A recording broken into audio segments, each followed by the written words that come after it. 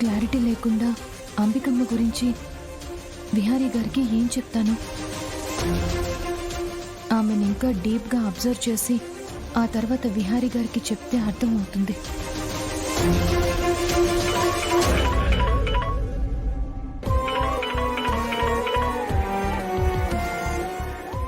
Hello Vihari గారు.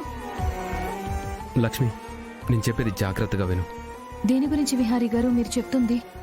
అదే మావయ్య వ్రతం చేయాలని చెప్పారు కదా, దాని గురించి. రేపు ఏర్పాట్లు చేస్తామన్నారు కదా నాన్న. అదే రేపు ఎర్లీ మార్నింగ్ 5:30 కల్లా నువ్వు అమ్మకి గుడికి వెళ్తున్నానని చెప్పి రెడీగా ఉండు. మరి మీరెలా వస్తారు? నేనా బయటికి వెళ్తున్నానని చెప్పి వస్తాను. మావయ్యని అత్తయ్యని డైరెక్ట్గా అక్కడికి రమ్మని చెప్దాం. ఓకేనా? సరే, తొందరగా వెళ్ళి ఎర్లీగా వ్రతం పూర్తి చేసుకొని రావచ్చు. అలాగే విహారీ గారు. ఓకే. ఎట్టి పరిస్థితుల్లోనూ రేపు వీళ్ళిద్దరినీ ఇల్లు కదలనివ్వకుండా చేయాలి.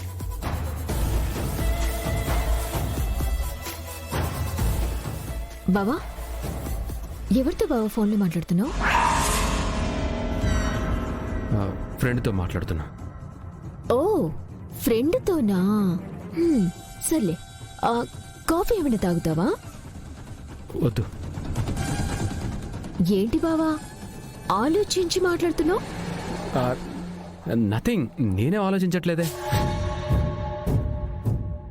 నువ్విక్కడున్నా నీ మనసు ఆ లక్ష్మి దగ్గరే ఉంది. నువ్వు నాతో మాట్లాడుతున్నా నీ ఆలోచన ఆ లక్ష్మి దగ్గరే ఉంది. నువ్వు అది ఎన్ని ప్లాన్లు వేసినా నేను ఆ ప్లాన్స్ ని నాశనం చేసి నీ మనసులో నుంచి, నీ ఆలోచనల్లోంచి ఆ లక్ష్మిని తీసి పారేస్తాను. తరువాత నీ మనసుని నేను కబ్జా చేస్తాను.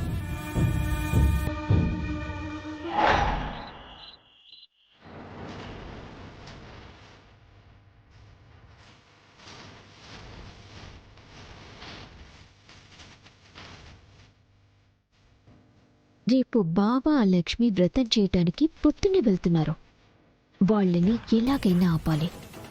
వాళ్లకంటే ముందు మంగళగౌరి వ్రతానికి ఏర్పాట్లు చేస్తే అంత పొద్దున్నే ఎందుకని అందరూ నన్ను అడుగుతారు. ఎలా మరి వాళ్ళని ఆపటం?